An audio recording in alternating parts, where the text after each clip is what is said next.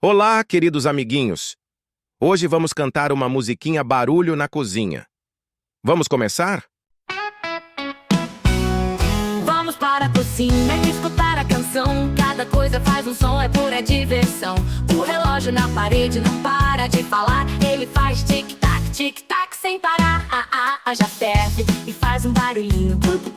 Dançando na panela bem rapidinho. A frigideira no fogo começa a conversar. Ela faz um chiado, pra lá e pra cá. Quando a gente abre a porta da geladeira, é um sopro geladinho que brisa passageira.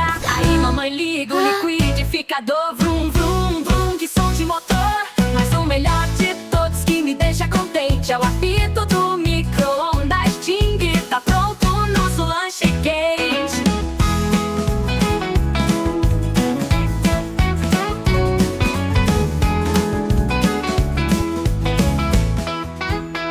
Vamos para a cozinha escutar a canção. Cada coisa faz um som, é pura diversão. O relógio na parede não para de falar. Ele faz tic-tac sem parar. A água já ferve e faz um barulhinho. Dançando na panela bem rapidinho. A frigideira no fogo começa a conversar. Ela faz um chiado, pra lá e pra cá. Quando a gente abre a porta da geladeira, é um sopro geladinho que brisa passageira. Aí mamãe liga o liquidificador. Vrum, vrum, vrum, que som de motor. Mas o melhor de todos que me deixa contente é o apito do micro-ondas. Ting, tá pronto o nosso lanche quente.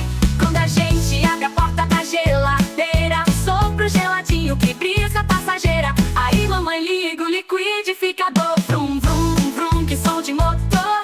Mas o melhor de todos que me deixa contente é o apito do micro-ondas. Ting, tá pronto o nosso lanche quente.